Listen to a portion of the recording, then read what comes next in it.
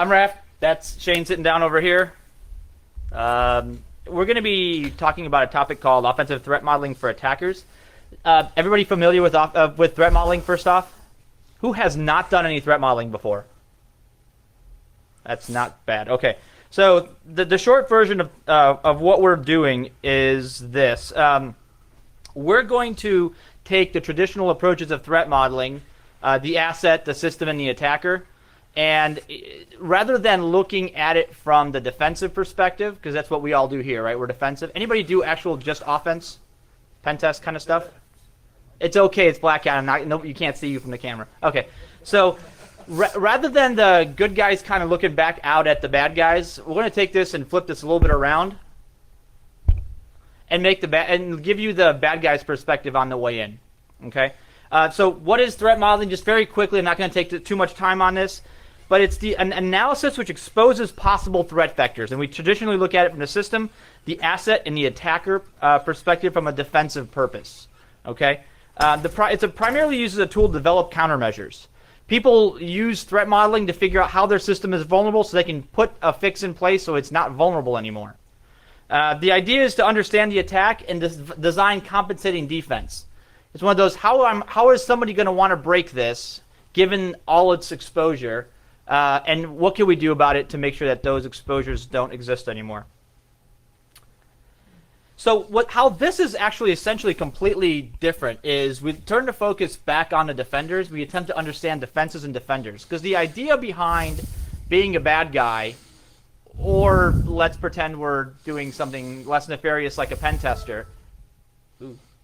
But the reality is most folks that we talk to in my line of work and in Shane's as well, see security as coming from the main kinds of threats are the ones you can write patterns against, right? You know, the hackers, we can catch them by putting an antivirus signature out or putting an IPS filter or some firewall rules. The reality is that's not the way they're going to get you if they really want to get you. You know how everybody says the determined attacker can't be stopped? Everybody familiar with that? This is the determined attacker. All right? So we're going to seek to develop an offensive strategy based on what we know about the good guys. All right? So completely the opposite way around here. And then I had to put this at the bottom there. It's useful for pen testing and assessments, and this is how someone like an APT, to use that buzzword, will get you, right? This is how you will be attacked, essentially. Gotta love the screen res here. Looks like it's crushed a little bit of the slide, but that's okay. So the typical, you guys can still hear okay? I don't know if I need to lean into this mic a little bit more or what. So looking at this example up here is, if this is our typical sort of web app out there, right? We model out where everything is. You got low security zones, high security zones, a hypervisor. We've got some VMs. We've got some third-party feeds in there. And we can look at the attacker, the system, and the asset. Well, from an attacker perspective, right, we think that the attackers will probably go after that application side of things, right? Because that's what you can see from the internet, from the outside. Unless you're an insider threat, then you look at it from the other side, right, from the inside. So we can model the system by saying, okay, as a collective, where is this system vulnerable to attack? Right? We can also look at it from the asset perspective. And if you look at it from the asset perspective, did that work? Yes. So we look at it from the asset perspective. If you want this data that's stored in that big red chunk on top there, in that database, how do we get to that? Right? How is that best defended? And so looking at that perspective of things, we thought we'd go, you know, that's interesting, but where are the defenses weak? Rather than looking at this and saying, where will the bad guys get us from? Let's look at it from the bad guy perspective and say, where are the defenses weak here? Where are they least likely to be fortified? And even if they have really good technical defense, where are they weak physically? Where are they weak on the human side of things? Right? So this is a holistic attack perspective. And so offensive threat modeling is really, the perspective here is taking the approach of the attacker, learn how the defenders operate, where the defenses are fortified, where they've stacked themselves. Most networks are stacked really high at the perimeter. Unfortunately, you guys have heard the M&M comparison. You got the hard outer shell, soft chewy middle. How many of you guys have met networks like that in the past year? right? Pretty much probably everybody that doesn't raise their hand. Because most networks are still built around this perimeter idea, and they're still built around a technology-based perimeter. So the objective here is to exploit defenses or the defenders to attack the target. The whole idea here is to get in, to get what you need, and either establish a foothold permanently or get out without being detected. The idea is minimal risk to the attacker. You guys with me? I hear somebody grunting. That's good, I hope. All right.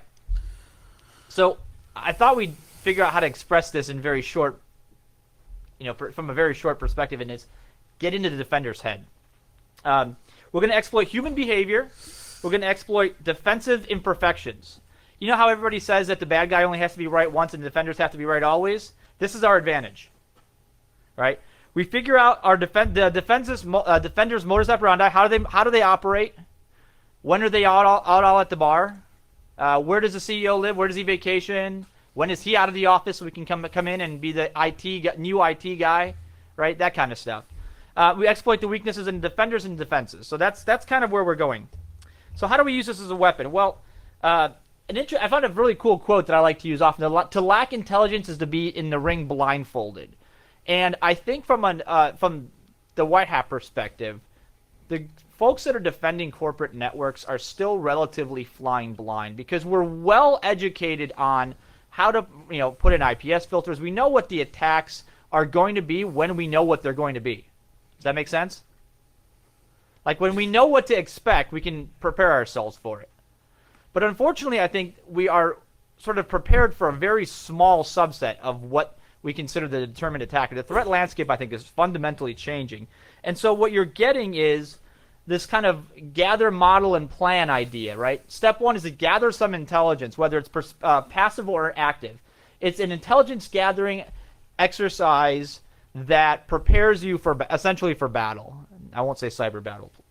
So modeling the intelligence that you have, and it's kind of outside the scope of this, but if you've ever gotten the giant whiteboard and just started writing everything that you know about the system during like a pen test, you find an IP address and you figure out what's at that IP address, and you figure out what that's connected to and what's on that system, and then who runs that system, and what do they do what do they do, what's their role, and where do their kids go to school, and who have they vacationed with, and all of a sudden you go, that's interesting, I could probably do this, this, and this to get all that data without having to actually lift a finger. Right? This is kind of one of those perspectives, like if you've ever heard of this in the news, and it's happened pretty often, unfortunately, is where you have these great I think there was a movie called, you guys ever watch Harrison Ford's Firewall? Really bad movie, right? All these awesome technical defenses, right? Impermeable firewall defenses and all this other kind of stuff. What does the bad guy do? Shows up at the kid's school, right? Picks up the kid, calls the guy, the head of security, and says, "Hi, I'm the guy you're going to give everything in your databases to." And the guy says, "No, I'm not." He goes, "Say hi to your kid for me." And are you prepared for that? Right? In most cases, most of the IT and most of the corporations out there have no idea what to do in a situation like that. Crisis management turns into like a circus. So this is the plan part. We're going to plan what we're doing. So this is really about knowing the adversary, mapping out the attack surface, and it's mapping out the digital attack surface, sort of the fingerprint of the network, the applications, the systems, where they get their data feeds from. Do they have people on iPads and mobile devices that also go to the same gym you do, or that you go to the gym now, right? Or do they go, can you hang out with them on the train and exploit the fact that they have wireless always open, or they're using one of those little portable hotspots you can get on and pull all their data from, those kinds of things. And then profiling the defenses really is a look at how are their defenses built, right? Too many times in the past, we've seen somebody that wants to get it at an asset, whether it's a database and personally identifiable information, credit card data, whatever. It's that spray and pray mentality. Just attack, try to exploit the app and hopefully you don't get caught. This is not what we're starting to see. This is not the kind of attacker that is going to be prevalent in the future, right? When we have good defenses, you're not going to get the spray and pray types, right? The SQL injection eventually will run out. I keep saying that. Maybe one day it'll be true. I guess it's still wishful thinking. So gaining an advantage is about getting the upper hand here. So we're going to hit the attackers directly. We're going to actually hit them as they know it or as they don't, right? So we may just exploit them directly. You walk up to them and say, hey, I know this and this about you, but don't panic. I don't want to kill you. I just want some data from you. We can attack them without them knowing, and I'll explain that in a little bit. And we can attack the target using the information about the defender. So how do we get to a target, a hard target, behind a well-fortified system? Well, there's been at least 4 news articles in the past several years where really well-designed defenses that go down for like 30 seconds a year were exploited. You think that happened by accident? Probably not, right? If I know that the security infrastructure at Acme Widget Company is going to undergo a major upgrade or overhaul because I know which vendor they use and I've talked to their vendor and I got them to tell me some information, I probably have a great way to get in, get out, and not get caught. So if we look at attacking the defenders directly, okay, this is hitting the defender, the asset, using the weaknesses they have against them. So this is it's more of a bold attack. It's kind of an in-your-face. We're going to come right at you. Sometimes it works. The idea is this requires a lot of advanced intelligence on the asset. You need to really, really be prepared because it's really hard to walk up to a person if you don't know everything about them and basically attack them, right? I don't mean like physically attack them, but I mean like just tell them, hey, I'm going to come after you. Because humans can be rather unpredictable unless you understand them well. So this requires some prep time and a lot of preparation. The likelihood of the success of this kind of attack is very heavily dependent on the asset. And at this point, I just say you forsake the element of stealth, right? You're just going to give up the whole stealth idea. You're coming full frontal at this point. You're likely to burn the asset. You guys know what that means, right? They're not going to be your friend anymore. The odds of them getting fired or somehow otherwise compromised is pretty high if you come at them straight on.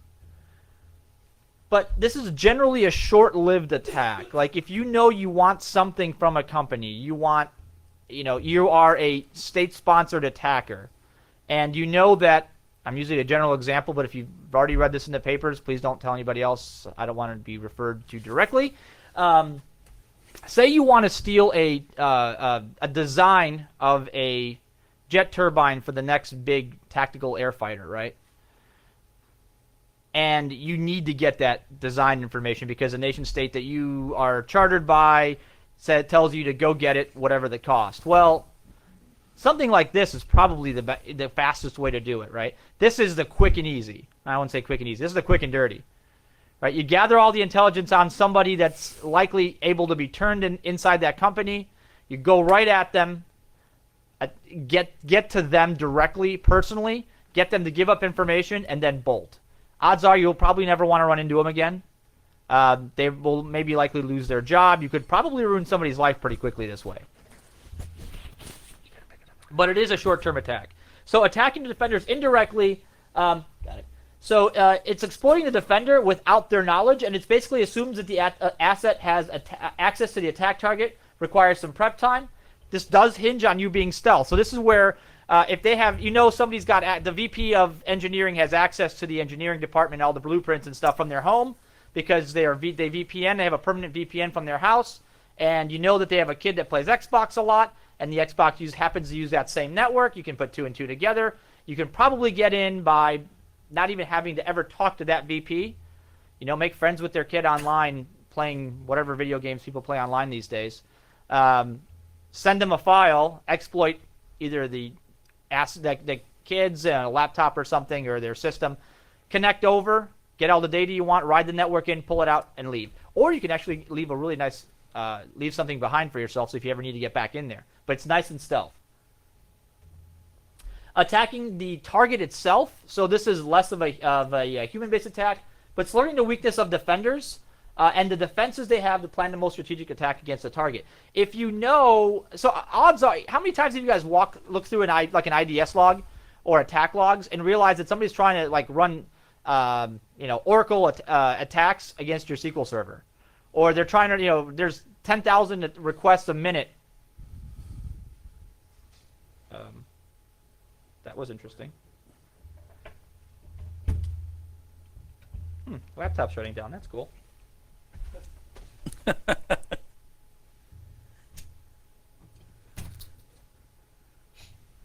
Well, that's interesting. You put the laptop to sleep, dude. That's not good. Yeah, no kidding. Bear with us for a second. Not sure what's going on. Can I borrow your... Yeah, don't click on any of the porn sites. Yeah, don't click on any porn sites. Excellent. All right, so... This is long form, though, so while you're doing that, you're going to back up, up. Right there, down. Cool. Okay, so, sorry about that. This machine that we're borrowing has decided to shut itself down. And the person that borrowed it to us has left. Okay, so we're basically exploiting the weaknesses in the target. And while these slides come back, I apologize. Basically, like I said, you're looking at a system that you have to know what's behind it. You have to know what the infrastructure is. So if you got an Oracle server, you got an Apache server, you're not going to spend lots and lots of time lobbing ODA IIS attacks at it, right? It just doesn't make any whole lot of sense. So we're going to talk about the 5 P's of this.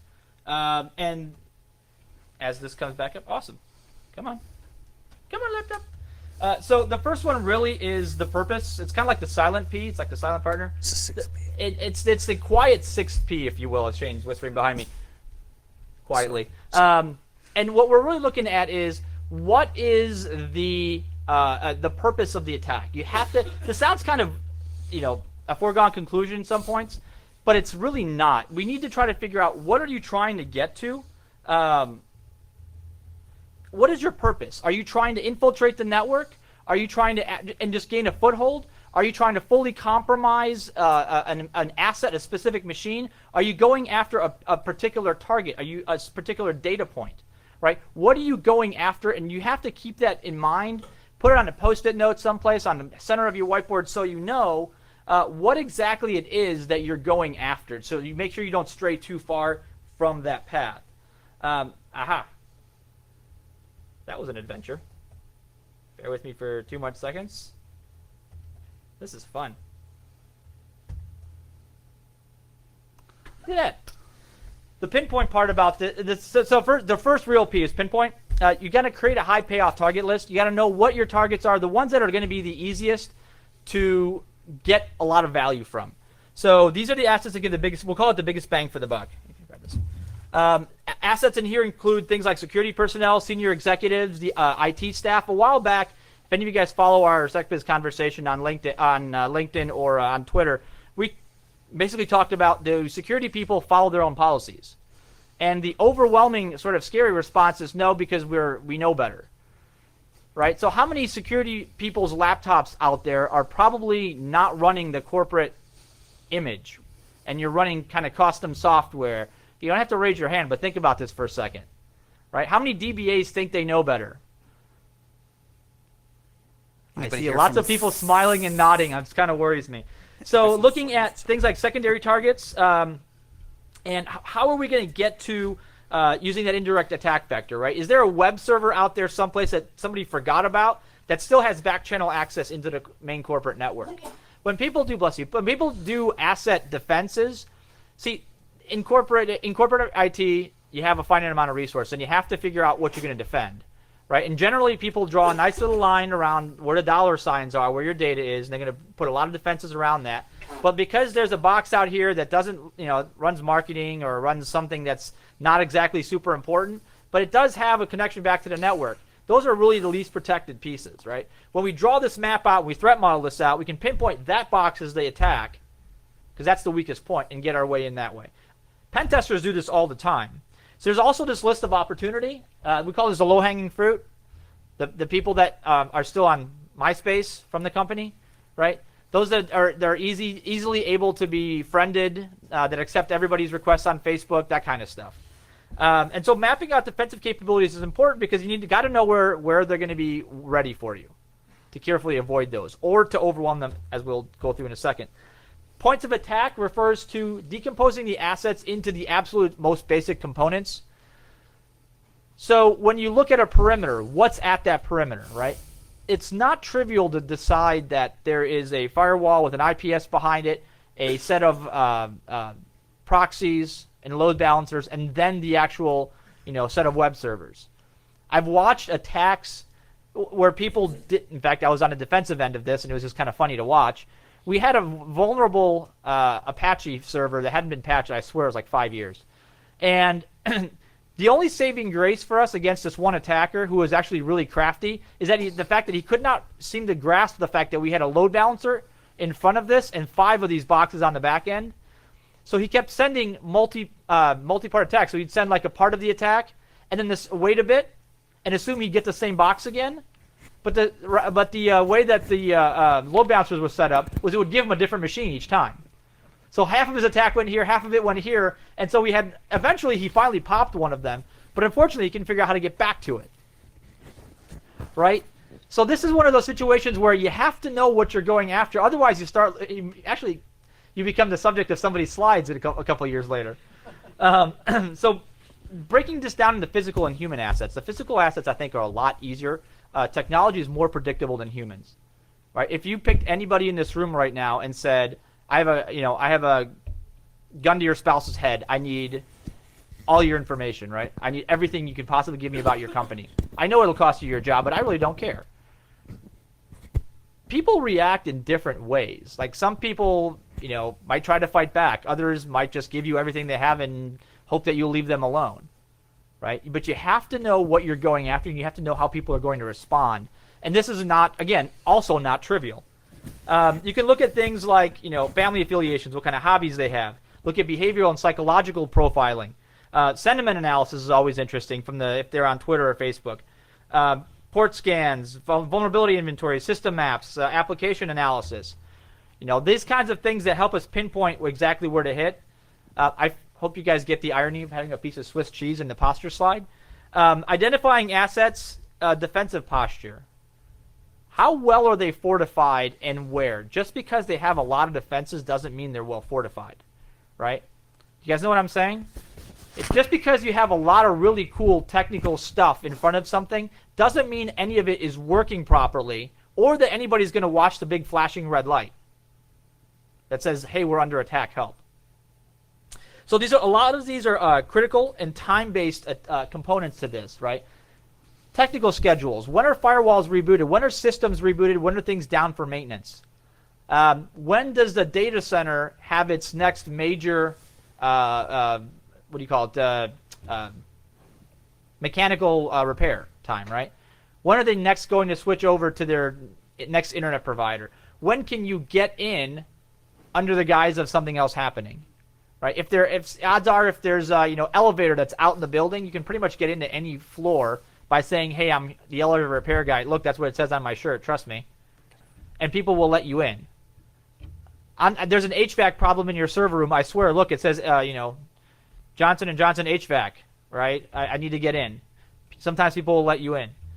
Does the enterprise understand security? Well, unfortunately, often, the answer is no. But is there a proactive security posture, or is it simply reactive? Does the company or the asset you're trying to gain access to react to the way they get attacked, or they try to figure out what's coming next? Very few organizations have a proactive security posture. They look at what happened in the news yesterday and they go, oh crap, we need to defend against that too. This is unfortunately how a lot of our air safety is done. Is incident response implemented? This is a really good thing to know because odds are you're going to run into incident response at some point, right? You're going to do something that's going to trigger the defensive mechanism to go and get spring to life. You're going to trip a firewall someplace. You're going to trip an IPS. You're going to blue screen a machine somewhere, and they're going to go, something's up. How do they respond? If they have outsourced their incident frontline incident handling, which means that all their IDS and IPS and firewall logs all go to some outsourced company, odds are they're not going to be very responsive, right? What that probably means to me is either A, they're overwhelmed, or B, they don't have the in-house expertise to do it themselves, right? Make sense? That's an interesting place to look to start from, because odds are, but between the time that you launch the attack and the time that call comes into the client and they actually do something about it, there's a window of opportunity there. 4 minutes behind. So pwn is the execute the attack, go after it, go do it. Beware of Godzilla. Compromise multiple assets using varied attacks. So this is an interesting way of getting at multiple assets, right? You want to make sure that you get more than one, because sometimes the good guys will find it. They'll defuse the bomb, the whatever attack you're throwing at them. There's logical attacks here. Attack the logic of process and applications. Hacking doesn't just involve sending ODE, right? Being able to exploit processes within technology or people is also very, very important. Social engineering is a huge part of this. If you've ever watched anybody work a social engineering angle, it's scary and terrifying how effective this stuff is. Leverage known weaknesses to compromise assets. Again, stealth is extremely key when executing here. You don't want to make a lot of noise unless you do want to make a lot of noise. There are times where it's okay to create a lot of noise, right? Sort of wake them up, get them going. Look over there, lots of stuff going on as you pick the pocket from behind. Make sense? Right? This is a tactic that's used out on busy streets and in like Times Square and downtown here a lot. When somebody wants to pick your pocket, they'll bump into you on this side while they reach out and pull your wallet out the back end because you're focused on something else, the other immediate impact. Don't forget the whole bribery, blackmail, and simple incentives. How many people have been polled that'll give up their password for a candy bar? A staggering amount. Kind of worries you. The last one is poll, and I use poll here because continuously monitor the things that you've attacked and compromised, successfully infiltrated. The idea here most of the time is to establish a long-term foothold. So if you're going to get into a box and you want to get the data they have today, but odds are they're going to acquire more data tomorrow and you want that too, keep at those assets that you have in there and establish. We do a lot of this with like, if you guys have ever used Beef, browser exploitation framework, right? It's not just popping that browser and getting some data. It's also being able to establish a longer-term foothold, right? Metasploit's really good for this. Perform damage assessment on lost assets. So when you have an asset that you've established inside of an organization and somebody figures it out and they go, hey, holy crap, my laptop's compromised, I should reimage. Well, you've lost that asset. You have to compensate. Come up with something else. Odds are you don't want to exploit another asset the exact same way because then you develop a pattern, right? And they can figure patterns out. So the threat scenario here is kind of the double diagram of how to kind of work through this. Identify the asset, decompose, get the asset posture, compromise, monitor, and update, rinse and repeat. And with that, I'm going to turn it over to my partner. Partner? Oh, thanks. Alrighty, I get a book. We're a little bit behind schedule. We have a slight laptop shut down today. Sure. So, let me see if this presentation deck is more on proof real quick. So, like Raf's been saying, basically, now we're going to kind of get into the meat of the matter of how we actually... is this working? Can you hear me? I can't hear myself.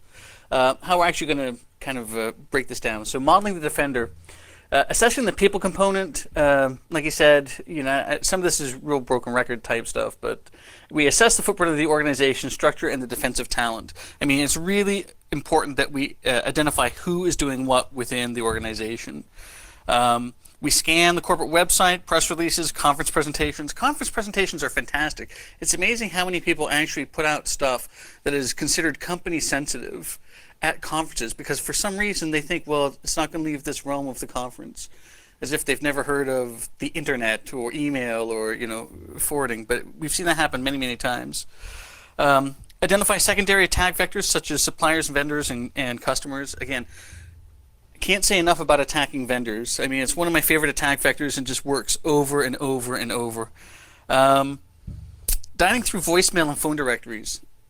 I'm always amazed at how few people do an exhaustive poll of company phone directories. Like you call up and you can do it dial by name, dial by department. But think about what some of the information is that you get when you dial these services, right? You often get people that answer usually with their position and their name. That's information that you definitely need to know because we're trying to map out who the actors are. But often you'll hear them say, I'm out of the office from this date to this date. If you need me, you can get me on my cell at this number. And if it's really urgent, you can contact this person. All of that is actionable intelligence that you can use for a social engineering attack or to establish your window of attack. Because as Raf said, timing is really essential on a ton of these attacks. So we really want to extract as much information as we can. Always be sure to traverse the entire phone directory. It's amazing how many people kind of ignore that. But suppliers, vendors, and customers, I mean, the Frazzle customer line always works.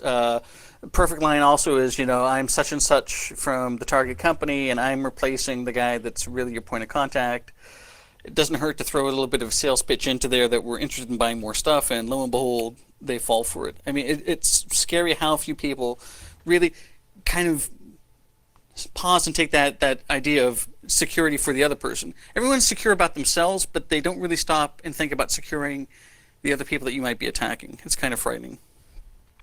So when you go through social media, it's really important that you mine the living daylights out of it. I mean, everyone goes to like Twitter, Facebook, and LinkedIn, and they're all gold mines for sure. But look at some of the more esoteric sites as well, like Flickr and SmugMug. I mean, SmugMug, you go, why would I look at SmugMug? But it's crazy the amount of information you can get. You know, ID cards, badges, employee names, numbers, building layouts, etc. People just like to put stuff on the web. Unfortunately, this laptop's not letting us hit the web, so anybody out there that can have it, check this out. And we'll have this presentation left or available online. But this is just an example. This was Oracle Corporation, and they have online, one of their employees put on, you know, a whole bunch of events, but this one kind of grabbed my eye because it was about the Diwali celebration. If you look at that link, you'll see that she says the address, including the floor number, the SVP, his name, his org group that's working there. And she took all these pictures with the DSLR, and thank God to Canon, because, I mean, these high-res pictures are fantastic. So you can basically zoom in and find people's ID badges on their hips. You can zoom in, you can grab their name, you can grab the barcode, you can grab kind of the whole layout of the card. So you can essentially make a fake card that you can tailgate into the facilities with. And of course, you know, tons of information that you could use. The pretexting, you know, talk about the delicious galoob jamun that they took several pictures of. So, must have been fantastic. They also allow us fantastic, you know, information that we can use as a social engineer. The names and the badges were nice to know, but even more nice was once we took these names and ran them through several of the different social networking sites. We saw that two of the guys on the social media profiles say that they're currently open to job offers. So those are the two guys right out of the bat of those people we're going to go after, right? And it's really not hard to pull ID badges off. This was a SmugMug. The first 2 pages I pulled off, you know, several different badges, which are pretty nice. You know, the Google one, the Apple one, yeah, that's the Apple one's nice. The Google Guest one, obviously you can see they've got the time-sensitive thing. The NCOM one, there were actually several of these. Some people masked theirs out, but you were able to get enough that you could seriously, very easily reconstruct an entire badge with these guys. So, you know, people just don't think before they go to social media for whatever reason. It's kind of scary. So doing the social media mining, we can cultivate tons of background information, phone numbers, email addresses, you know, you name it. Sites like Been Verified, I love, Spokio, Email Finder, many others. You can really get a ton of verifiable information. Never go on one of these sites, though. Grab several of them and confirm, especially these guys that are doing email verification and kind of data mining or data providing, I guess. It really helps to go through several of them because you'll see that there's a lot of junk in the cloud. So another thing we want to do is we want to really identify the organizational hierarchy of a company. By that I don't just mean hierarchy as in who's got what title, but who are the influencers? Because within every group, I mean, you're going to have the people that really drive decision making, and you know, even if they don't have a title, they're usually the people you really want to target. And it's kind of hard to do sometimes if you don't have an org chart, or if you know they're one of the few companies that doesn't let their people post on LinkedIn. But Eric Gilbert at Georgia Institute of Technology has really developed some interesting stuff. He basically developed all these phrases in electronic messaging that will have a very high correlation to a person's social status within a company. It's very interesting. I really suggest you check it out. The links within this presentation here. But he basically created a data set of 7,200 plus phrases that will give you a really, really good, accurate idea of that person's social status within the company. So if the email has "thought you would," if that's in it, it means that the recipient outranks the sender. It's somebody sending up the ladder. But "let's discuss," the famous words you always hear in the company. If you see that in an email, the guy sending that is the big cheese. So as we said before, the high payoff target list HPTL, that's really what we want to focus on to begin with. The tangential target list TTL is our secondary targets. They still have the potential for access. They might not be your IT guys or your InfoSec guys, but if you compromise them, you're at least going to get some proprietary information or access, be it logical or physical, to a facility. And then there's the targets of opportunity, or TOL, because they're the low-hanging fruit. These are mainly for throwaway operations, one-time phishing attacks, that sort of thing. Whenever I do a social engineering attack, I always make sure I have one good persistent connection, and then I'll develop a bunch of TOLs. And those are the ones that I use for the one-time phishing attacks or the one-time social engineering attacks. Do this password change, they change it. Because I don't want to impact my one guy that's going to be my persistent connection.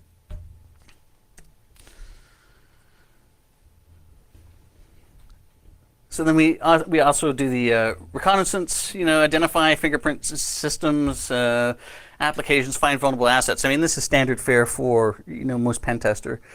Doing active reconnaissance, same thing, Nmap, that sort of thing. Physical asset assessment.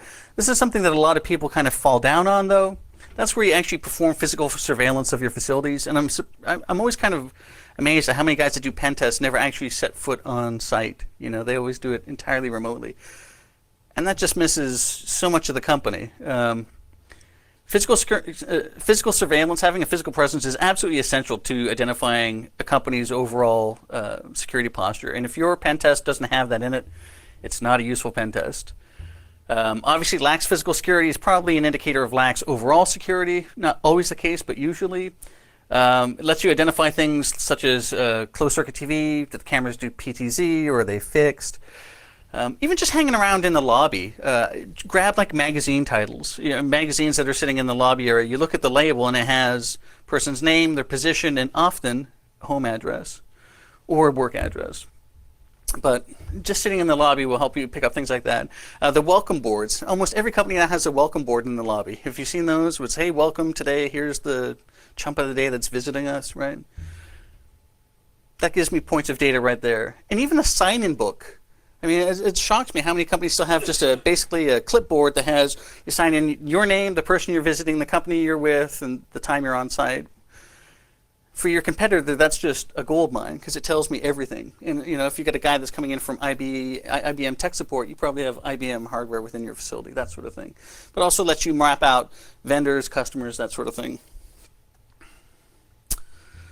So to model the points of attack, obviously our key objectives are to break everything down to its tiniest pieces possible. If you're familiar with the STRIDE threat model, this is a lot of what they do too. You break everything down to the tiniest possible granules that you can, and then you break those granules down.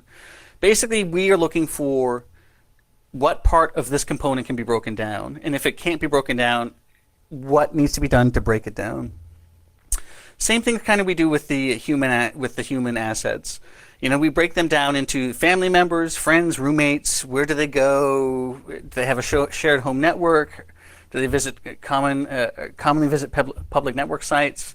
Indirect targeting of asset via targeted spear phishing, piggyback hacking, even going to the house and breaking in. I mean, people at home, if they do shred, dumpster diving is the most effective at their homes, not at the office. Right? They have basic shredders, if they have a shredder at all. But how many people actually do the dumpster dive at their target's home? Not too many, because that's usually not in the rules of engagement for your pen test. And obviously target via social engineering to elicit information. Well, duh. So we want to model and identify the human behavior. This is very important because these are the people that we want to identify who we attack. So look at their personal activities, their hobbies, routines, favorite hangouts, religious preferences. All this stuff is very useful in helping to develop pretext for social engineering attacks, and also allows us to track individuals physically. And how many people here use Foursquare? I mean, really? Liars. Yeah, I mean, I see way more many guys on my Twitter feed that use Foursquare, and it shocks me because you're giving real-time information and real-time pretexting information to an attacker. Hey, I'm here, and this is a place I go to all the time. And it's kind of shocking how many big companies have sensitive sites that somebody has made as a check-in point. I mean, it's really frightening.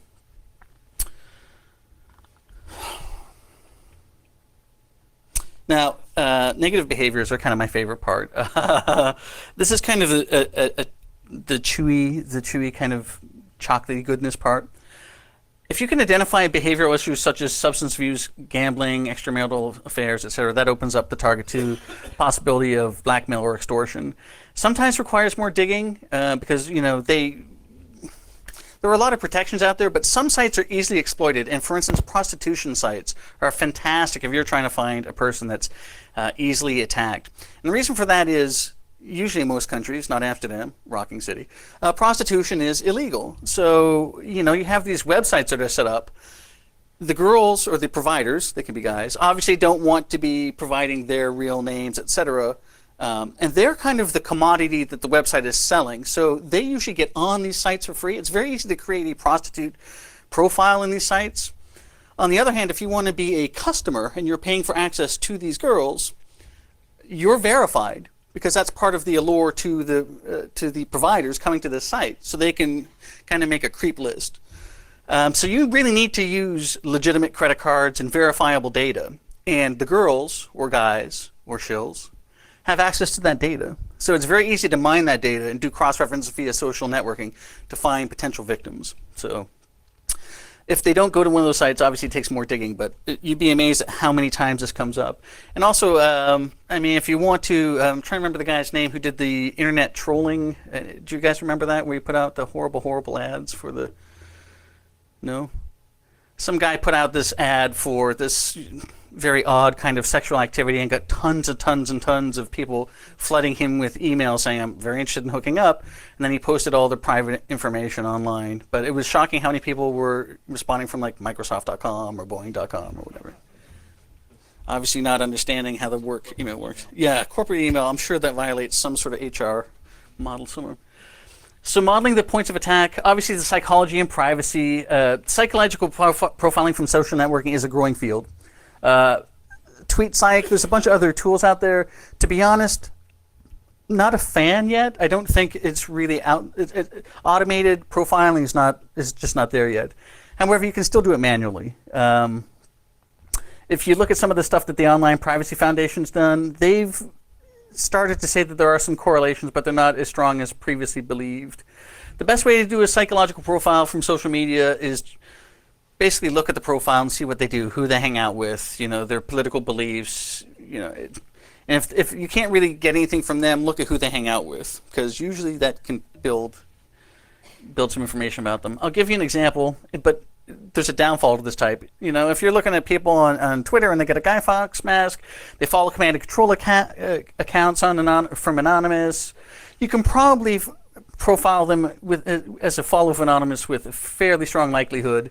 Probably going to be more open to be susceptible to being recruited into a hacktivist operation rather than someone who follows Andrew Breitbart. Now I realize he's dead, and this slide was made before he died, so similar guy. But that said, I've seen a lot of junky data mining that goes out there, and basically they say if you got a Guy Fawkes mask, you're an actor. You're a guy that we need to monitor, and that's not necessarily the case. You can't just go buy an avatar and say, well, that's he's a baddie. So do some due diligence. But if you see enough connections, just to throw one thing into that. One of the things that sitting in on certain agency briefs and security organization briefs about the whole anonymous thing, companies are so paranoid about who is or who isn't within their walls one of the anons that, this is becoming a very real threat. You could actually very easily recruit somebody to do something pretty bad within a company simply by purporting to be somebody in command or in the power structure of a hacktivist group like this. Now, with the recent arrests, I'm sure it becomes a little bit harder, but there's still lots of young, impressionable minds out there. Just something to keep in mind. For sure. So a big tool in determining your targets within a company, and of course this freaking thing is not working, is company sentiment. You really want to identify as many users at risk or of compromise within a company. Using negative employee morale to stage attack. So basically, we go through the different sites like Glassdoor.com, Inside Buzz, Javatorial, fantastic sites to gauge sentiment within a company. You'd be shocked at how many people give up the goods on companies in these forums where they believe they're anonymous. Obviously, you can identify any negative widespread sentiment against the employer in these forums. They don't hide it. Obviously, you can also peg users with social media profiles that are very liberal as being low-hanging fruit. So, I mean, all these guys, identifying their posture for attack is very easy to do. Social media we can use to gather company lingos like offsite data center slang. I mean, they usually have nicknames for sites, that sort of thing. All very valuable for social engineering attacks. Sentiment analysis you can run on data sets that you get from targets. I prefer manual analysis to automation. I'll show you why. Here's some examples from some of the tools that I use. So here's an example. The sentence that you grab from an email is, I really can't wait to quit this job. I'm seriously fed up with the BS in this company and will jump ship the first chance I get. And the automated tool said that was positive. And the next example was, I'm going to burn this company to the ground, which was also flagged as neutral, a positive score of 0.65. And then the final example was, good God, I'm not fond of this bleeping place. If I don't get a bleeping raise, I'm going to gun down every manager I see. And it still came out as a neutral. So, like I say, you really have to do the manual assessment. We have a list of word sets that I use to go through. I mean, you have to manually do it. The tools just are not prime time. There is another tool. That one was a tone check. Can't recommend. There's actually another piece of software out there that's done by Stanford. It's called Muse. I'll have the link to it later. It's quite a bit better, and it lets you go through chat logs and everything rather than just email. But people say, well, if you get their email, you're already in the company. I mean, what's the big deal? But remember, we don't know whose email we have. We might have just some peon, but we're trying to identify people within the company that we can exploit and target, and whose posture is ripe for exploitation. And remember, we want to create as many diverse entrance points to this company as possible. We're not just looking for one point in. The goal of an APT is not simply to get root. I mean, this is important. Your target is to create as many different vectors of attack, persistent attack, as possible. Continuing on in modeling the asset posture, planning time-based physical attacks, as we said many times, is very important. Physical plant, social engineering, which basically rely on the target not being around. So time-based attacks rely on knowing schedules. So if you're going to a conference, that's going to be a good place we can either gain access to their physical machine, employ a honey trap, social engineering, etc. And if they've indicated on their profile that they are open looking for new positions, that's perfect. We approach them as a recruiter and we pick their brains on some of the work they're doing, and a little bit of misdirection. Who knows what we can get them to click on. We've noticed that a further advantage is if a target's a speaker. That really helps you identify when and where they're going to be. It gives you different avenues for connecting to the speaker, etc. Maintenance windows, again, perfect times for low-risk access. Can be gleaned either from social engineering or monitoring behavior. Identifying a window is the difference between success or failure in so many of these attacks. New systems are being delivered, perfect. Construction projects at corporate facilities, a lot of chaos at companies, those sort of activities. Mass hirings or layoffs exploit human confusion. When companies do mass layoffs, there's a lot of people that are ticked off, and they're ripe for the picking. And then we obviously get to our pwn. I mean, this is where we target our asset list. We send Trojan AV software branded as coming from the organization, as to home employees as an effort to secure our enterprise. We mail branded USB thumb drives as tokens of appreciation from the company. We attack the employee's home network, especially if the user is utilizing wireless networking. Even do physical break-ins to the employee's house in order to install malware, keyloggers, etc., or just clone drives. Like I said before, dumpster diving at the employee home, usually more effective than at the corporate site. If we know the IT team from our target's going to be out at a bar somewhere, that's where we ingratiate ourselves. We start buying rounds, and by the time closing time rolls around and we've got them appropriately lubricated, that's a perfect time for us to know that they're probably not going to be too receptive to on-call reports that night. So, anybody ever have a vendor buy them a few drinks at a conference or anything? You tend to start telling them people more than you ordinarily would. Before you know it, you've sort of given up too much. It's happened.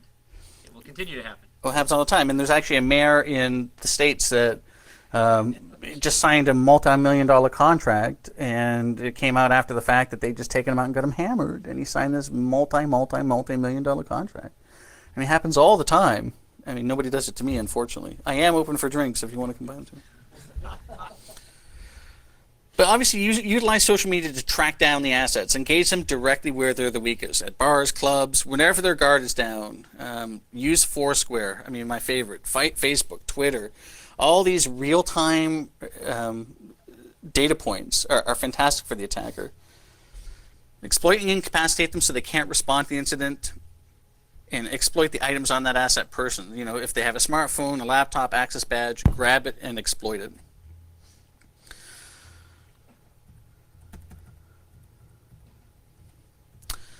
So we want to directly engage the defenses. So a very effective thing are false flag operations. Everybody knows what a false flag is, I'm assuming? No? False flag operations are basically where you do something and it looks like somebody else did it. And I've got 3 different sets of slides. So we execute multiple attacks to heighten a sense of danger. And we force the defenders to tune down the defensive posture because they're getting hit from several different areas. We trick defenders into questioning their defensive posture. Opportunistically attack systems or physical assets. We can change during change windows, upgrade periods, off hours, when defenses are weakest, when the defenders are incapacitated as we got them drunk or otherwise not available to defend. And we exploit information overload or misdirection. Noisy attacks against front-end systems while the back end is quietly exposed is a good way to go. Create confusion and misdirection with overloaded systems from high noise or fake attacks. Exploit human mental frustration or fatigue. I'm trying to think of a good way to do. We're just running out of time here. So, for instance, a false flag attack, you can basically leave fake trails, fake bits that lead back to somebody within a company. Attribute an attack to someone that's within their own IT group. But not enough to get them fired, but enough to make them question. And all of a sudden, this guy is now isolated within the IT group and within the security group. And he's going to get pissed off because nobody trusts him, because there's that reasonable doubt that's being raised. So now he's someone that you can probably flip. And this has happened a few times.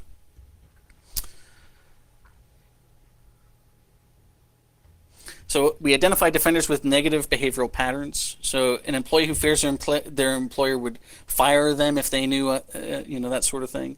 It's a very dangerous avenue. It should be last resort, obviously, because you don't know if it's going to blow up in your face. Involving employees that are at risk of being extorted or blackmailed. The vector often involves luck. You can, like I said, you can target using some of those websites, the prostitution websites, the drug websites. A lot of drug websites operate exactly the same as the prostitution websites as well, being a vendor versus being a customer. Some of them you need to pay down, but again, a burner credit card is more than acceptable to these guys. But by utilizing websites that specialize in illegal activities or alternative lifestyles, you can really identify these guys. It's highly illegal and really can't blow up in your face. And attacks like this really require long periods of planning, observation of the defenders, and sometimes deep pockets. So this is something that nation states really work on. Again, exploiting employee sentiment. The disgruntled employees are really easy to find. They don't hide themselves. They post everywhere. Happy employees are often eager to help their employer or you. So if you are acting as an agent of the employer, they'll certainly help you. Social media makes it very simple to find corporate employees and learn their sentiment. Lots of websites to troll and find unhappy employees, like I said before. And these guys are easily manipulated into revenge. And again, exploiting misdirection, creating a situation of overstimulation, confusion. We want to attack quietly where no one's looking while making noise on the other side. So DDoS forces the adversary to tune down. If you're launching several different noisy attacks on one side and your real goal is to get the silent attacks on the other side, that's the way to go. The saying is, most organizations cannot find one deadly needle in a stack of needles. So if you overwhelm them, human fatigue sets in quickly and the defenders give up. And then the final stage, of course, is pull. We just keep monitoring, updating the asset list. We monitoring the compromised assets that we have is critical. I mean, you need to know what's happening with those things. Has the asset changed? Right? Has a compromised asset been fixed? If so, can it be recompromised? If an asset's lost, we want to perform what's a basic damage assessment to ensure that no information leakage has occurred. Like a security bulletin was sent out, or it was fixed as part of like a routine remediation effort. Or was it part of an audit process? I mean, that's important. You want to identify any possible replacement assets that will replace a compromised asset's function in the attack. Then you want to perform what's basically called an asset effectiveness assessment. And that basically tells you what assets are performing the best. You want to identify the risk to the asset that could lead to the asset being compromised. And if it's critical, then you want to re-rank the effectiveness in a quantifiable manner as applicable to the project. So you basically identify any non-performing or underperforming assets and decide, does the asset have any chance of coming around? Can we flip it into a good asset? If so, what's it going to take cost-wise, effort-wise? Do basically a cost-benefit analysis and determine whether or not you should just cut the asset loose or just keep it on the line. I never really recommend cutting an asset loose unless it's been compromised, because you never know down the road when it might come back in. We're really getting low on time, aren't we? If not, it's prudent. Finally, you want to identify what postures have changed, or if there's a previously non-compromised asset, because what you'll often find is that assets that weren't compromised are now actually compromisable. This happens frequently with employees, especially when companies right size. So look for external impetus as well. The larger your team's resources are, obviously, the more assets you can manage. So deep pockets will really determine the effectiveness of your attack. So online, these will be going, they're not up here yet, they will be up within the next couple days, but we've got our list of recommended OSN aggregators and information gathering tools. We've got a list of sentiment analysis keywords. These are the ones that I use rather than using the automated tools, because quite frankly, they suck. And tone check, I mean, if you really want to play with it and just see how god-awful it is, you can feel free. But Muse from Stanford is the tool that I really prefer. It allows you to do chat, mailbox, email formats, mailing lists, and it's got a much higher frequency rate than the Limbix tone check. But like I say, you still want to do it manually, because manually you'll see a lot of stuff that slips through these things. That's it. I think if you have questions, I guess we're kind of out of time, so just come up and talk to us in person. Right? Thank you. Cool. Thanks, you guys. Good God. 59.